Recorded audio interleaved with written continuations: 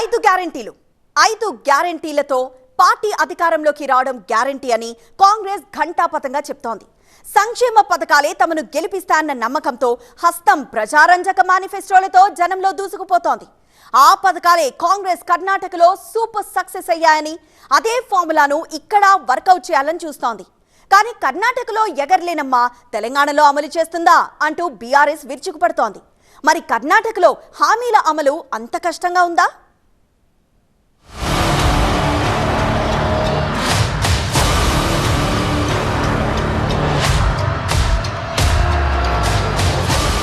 హామీ మే సవాల్ చెప్పడం కాదు, చేసి చూపించారా? 15,000 हर साल प्रति एकड़ और 12,000 रुपए मजदूरों को.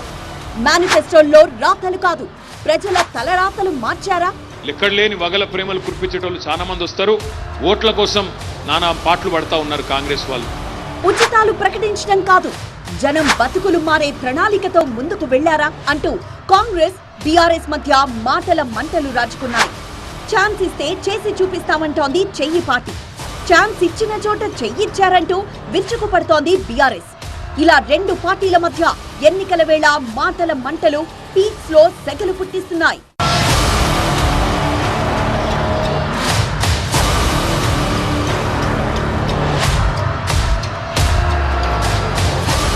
కర్ణాటక గెలిపించిన బూస్టప్ తో కాంగ్రెస్ తెలంగాణలో జోష్ మీదుంది.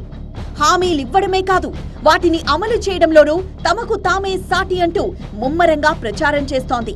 అధికారంలోకొచ్చిన అన్ని రాష్ట్రాల్లోనూ ఇచ్చిన హామీలను నెరవేర్చిన ఘనత తమదేనని ఆ party supreme leaders Priyanka Gandhi, Rahul Gandhi ఓ రేంజ్ లో ప్రచారం చేస్తున్నారు. తెలంగాణ ఇచ్చిన పార్టీగా రాష్ట్రాన్ని అభివృద్ధి చేసే బాధ్యతను కూడా తీసుకుంటామని చెబుతూ ఇప్పటికే ప్రకటించిన 6 గ్యారెంటీలను ప్రస్తావిస్తూ ఛాన్స్ ఇవ్వండి, చేసి చూపిస్తాం అన్న నినాదాన్ని కాంగ్రెస్ ఎత్తుకుంది. ప్రత్యేక రాష్ట్రం ఇచ్చిన సోనియాతోనే ఈ హామీలను ప్రకటింపజేసిన హస్తం పార్టీ అధికారంలోకి రాగానే అమలు చేస్తామని ఆమెతోనే చెప్పించారు. తెలంగాణ ప్రత్యేక రాష్ట్రం ప్రకటించడం ద్వారా కాంగ్రెస్ ఇచ్చిన మాటను నిలుపుకుంటుందనే సందేశాన్ని మరోసారి ప్రజల్లోకి తీసుకువెళ్లారు. ములుగులో జరిగిన కాంగ్రెస్ విజయ్ భేరి సభలోనూ ఆ పార్టీ అగ్రనేతలు రాహుల్ గాంధీ, ప్రియాంక గాంధీ అదే స్ట్రాటజీని ఫాలో అయ్యారు. కాంగ్రెస్ అధికారంలోకొచ్చిన అన్ని రాష్ట్రాల్లో ఇచ్చిన హామీలు ఎలాగైతే అమలు చేస్తున్నామో తెలంగాణలో కూడా అదే చేసి చూపిస్తామని ప్రకటించింది.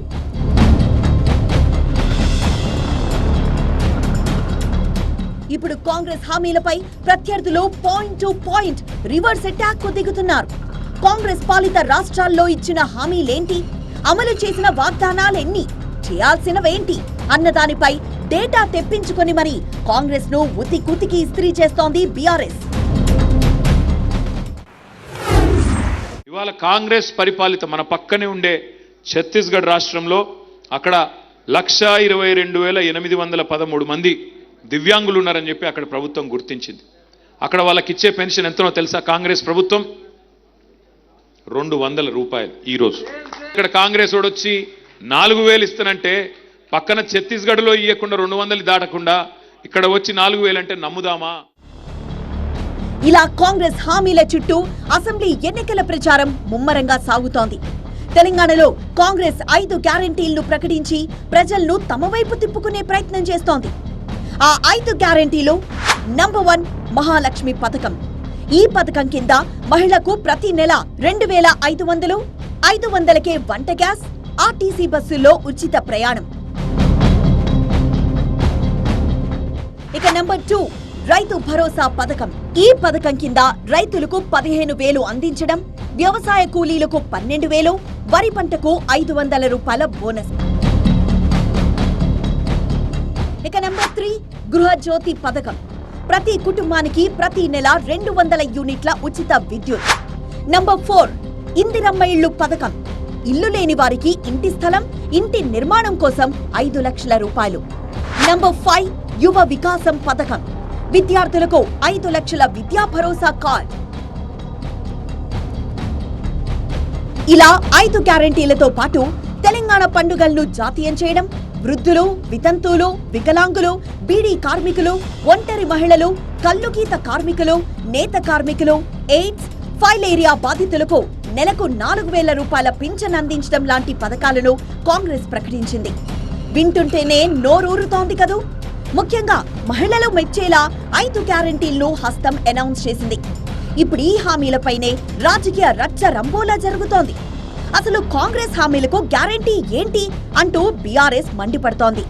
అయితే కాంగ్రెస్ పాలిత రాష్ట్రాల్లో హామీలు ఖచ్చితంగా అమలు చేస్తుందా లేదా అన్నది ఓసారి లోతుగా ఆలోచిస్తే ప్రస్తుతం కాంగ్రెస్ 4 రాష్ట్రాల్లో మాత్రమే అధికారంలో ఉంది. అవి రాజస్థాన్, హిమాచల్ ప్రదేశ్, ఛత్తీస్గఢ్, కర్ణాటక రాష్ట్రాలు. అయితే ఈ 4 రాష్ట్రాల్లో కర్ణాటక మినహా మిగతా రాష్ట్రాల్లో గొప్ప గొప్ప హామీలు, ఉచిత పథకాలిచ్చింది లేదు. రాజస్థాన్, ఛత్తీస్గఢ్ ఎన్నికల సమయంలో పెద్ద పెద్ద హామీలేమీ ఇవ్వలేదు. ముఖ్యంగా కాంగ్రెస్ కు బూస్టప్ గా మారిన కర్ణాటకలో హామీల అమలు సంగతి చూస్తే మరింత దారుణంగా ఉందన్నది అక్కడి విశ్లేషకుల మాట. 5 గ్యారెంటీలు, అది కూడా మహిళల కోసం చేసిన వాగ్దానాలు కాంగ్రెస్ కు కంటి మీద కునుకు లేకుండా చేస్తున్నాయట. మామూలుగా పార్టీలు హామీలిచ్చేది అధికారం కోసమే. వాటిని అమలు చేయాలంటే నిధుల అవసరం. నిధులు కావాలంటే ఆకాశంలో నుంచి ఊడిపడవుగా. రాష్ట్ర ఆదాయం నుంచే కోసివ్వాలి. కేంద్ర ప్రభుత్వం ప్రస్తుతం కఠిన ఆంక్షల్ని అమలు చేస్తోంది. మోదీ ఓ రకంగా ఉచిత పథకాలను తప్పుపడుతూనే ఉన్నారు. ఇలాంటప్పుడు సంక్షేమ పథకాలు అమలు చేయాలంటే ప్రభుత్వాలకు కత్తి మీద సాము లాంటిదే. కాంగ్రెస్ ఇచ్చిన హామీల్లో 200 యూనిట్లు ఫ్రీ కరెంటుకు ఏడాదికి 25,800 కోట్ల అవసరం. గృహలక్ష్మి పథకం ద్వారా ప్రతి కుటుంబంలో మహిళా పెద్దకు ప్రతి నెల 2,000 అందజేస్తామని ప్రకటించింది. ఈ హామీని నెరవేర్చుకునేందుకు 30,000 కోట్ల రూపాయలు ఖర్చవుతుందని అంచనా. మహిళలకు ఉచిత ప్రయాణం హామీ నెరవేర్చేందుకు ఏడాదికి 3,000 కోట్లు ఖర్చవుతాయి. యువనిధి కింద రాష్ట్రంలోని నిరుద్యోగ యువతకు నెల నెలా భత్యం, 10 కిలోల బియ్యం హామీకి భారీగా ఖర్చయ్యే పరిస్థితి. 3 ప్రధాన ఉచిత హామీలకే 58,000 కోట్లకు పైగానే ఖర్చవుతుంది. దీంతో ప్రభుత్వ ఖజానాపై తీవ్ర భారం పడుతోంది. కోవిడ్ విజృంభణ తర్వాత రాష్ట్ర ఆర్థిక పరిస్థితి ఇప్పుడిప్పుడే కోలుకుంటున్న సమయంలో ఉచితాలు అమలుకు భారీ ఖర్చు చేయడం వల్ల రాష్ట్ర ఆర్థిక పరిస్థితి దెబ్బతింటుందన్నది నిపుణుల మాట. 2022-23లో రాష్ట్ర బడ్జెట్లో 14,699 కోట్ల రెవెన్యూ లోటుందని, మూలధన వ్యయానికి నిధుల కొరత ప్రాథమిక అభివృద్ధిపై ప్రభావం చూపుతుందని ఆర్థిక నిపుణులు ఆందోళన వ్యక్తం చేస్తున్నారు. ప్రస్తుతం కర్ణాటక 3 లక్షల కోట్ల అప్పుల్లో ఉన్నట్లు అంచనా. సంక్షేమ పథకాల కోసం ప్రజలపై భారం మోపేందుకు కర్ణాటక సర్కార్ సిద్ధమవుతోందట. గత 3 సంవత్సరాల్లో జీఎస్టీ వసూళ్లు 50% పెరిగాయి. ఈ సంవత్సరం రాష్ట్రం జీఎస్టీ వసూళ్లను 10 నుంచి 12,000 కోట్ల వరకు పెంచనుంది. ఇండియన్ మేడ్ లిక్కర్ ఐఎంఎల్ పై ప్రస్తుతం ఉన్న అదనపు ఎక్సైజ్ డ్యూటీని 20% పెంచాలని ప్రభుత్వం ప్రతిపాదించింది. బీర్ పై అదనపు ఎక్సైజ్ డ్యూటీని 175% నుంచి 185%కి పెంచనుంది. ఇక రాష్ట్ర వ్యాప్తంగా ఆస్తుల రిజిస్ట్రేషన్లపై గైడెన్స్ విలువను పెంచారు. 2023-24 ఆర్థిక సంవత్సరానికి స్టాంపులు మరియు రిజిస్ట్రేషన్ల శాఖ ఆదాయ సేకరణ 25,000 కోట్లకు సెట్ చేశారట. అంతేకాదు 5 హామీల అమలుకు కర్ణాటక సర్కార్ కొత్త మెలిక పెట్టిందట. ఉచితమే ఇప్పుడు రాజకీయ పార్టీలకు అధికారం తెచ్చే మందుగా మారింది. కానీ హామీ ఇచ్చినంత తేలిక కాదు అమలు చేయడం. వేల కోట్ల రూపాయల ఖర్చుతో కూడుకున్న సంక్షేమ పథకాల అమలు ఏ రాష్ట్ర ప్రభుత్వానికైనా కత్తి మీద సామే.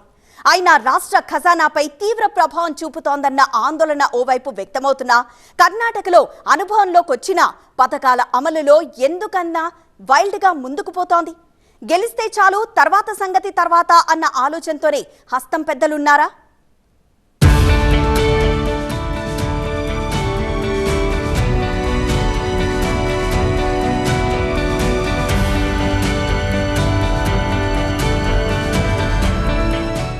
కర్ణాటక మోడల్ అంటూ కాంగ్రెస్ 2023లో 5 రాష్ట్రాల్లో వచ్చే లోక్సభ ఎన్నికల్లో గట్టిగా ప్రచారం చేసి లబ్ధి పొందాలని భావిస్తోంది.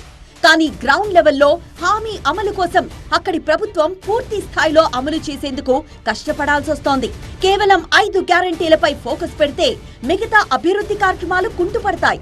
పోనీ కొంచెం కొంచెం అమలు చేద్దామన్నా అది ప్రతిపక్షాలకు ఆయుధంగా మారే పరిస్థితి కనిపిస్తోంది. అందుకే కాంగ్రెస్ ప్రస్తుతం ఒక్కటే ఆలోచిస్తోందట, మే నుంచి మే నెల వరకు అంటే వచ్చే లోక్సభ ఎన్నికల వరకు అమలు చేస్తే తర్వాత అధికారంలోకి వచ్చాక హామీలపై ఆలోచించొచ్చని భావిస్తోందట. అందుకే కర్ణాటక హామీలను ఎట్టి పరిస్థితుల్లో అమలు చేయాలన్నదే ప్రస్తుతం కాంగ్రెస్ ఆలోచన. ఏ మాత్రం వెనకడుగు వేసినా పార్టీకి చెడ్డ పేరొస్తుందని అక్కడి నాయకత్వం ఆలోచిస్తోంది. ఈ గ్యారెంటీలు అమలుపరచలేం, కానీ అమలుపరచాలి. ఆర్థిక వ్యవస్థ కరిగిపోయిన, రాష్ట్రం దెబ్బతిన్నా. సో పట్టుదల రెండు ఉన్నాయి. ఈ అమలు ఇది చేయాలి, లేకపోతే మనకు చెడ్డ పేరు వస్తుంది. ఇది చేయలేకపోయినా చేయాలని కూడా ఆ థియరీ కాంగ్రెస్ పార్టీ ముందర తీసుకొస్తుంది. కాబట్టి చేయలేకపోతున్నారు. కాబట్టి తప్పకుండా దీని మీద దేశవ్యాప్తంగా ఒక ఆలోచన వస్తుంది. అధికారంలోకి రాగానే కర్ణాటకలో 5 గ్యారెంటీలను ఇంప్లిమెంట్ చేయలేదు కాంగ్రెస్. దీనిపై అక్కడి విధానసభలో విపక్షాలు పెద్ద రచ్చ చేశాయి. బీజేపీ అయితే వీధుల్లోకొచ్చి నిరసనలు చేసింది. అయితే అమలు చేసిన కొన్ని పథకాలకు కండిషన్స్ పెట్టింది. ముఖ్యంగా అక్కడి కరెంటు కోతలు ప్రభుత్వంపై తీవ్ర విమర్శలకు దారితీస్తోంది. కాంగ్రెస్ అధికారంలోకి వచ్చాక విపరీతంగా కరెంటు కోతలు అక్కడి ప్రజల్ని ఇబ్బంది పెడుతున్నాయని బీజేపీ మండిపడుతోంది. బెంగళూరులో రోజుకు 4 గంటల చొప్పున కోతలు విధిస్తున్నారట. ఉదయం 10 గంటల నుంచి సాయంత్రం 4 గంటల మధ్య సరఫరా నిలిపివేస్తున్నారు. ఇక గ్రామీణ ప్రాంతాల్లో అనధికార కోతలు 6-7 గంటల పాటు విధిస్తున్నట్లు సమాచారం. ఒకవైపు విద్యుత్ కోతలు, మరోవైపు ఛార్జీల పెంపుతో పారిశ్రామిక వర్గాల్లోనూ ఆందోళన మొదలైంది. ఇప్పటికే అక్కడి పారిశ్రామిక వర్గాలు కరెంట్ ఛార్జీల పెంపుపై నిరసనలు, బంద్లు చేశాయి.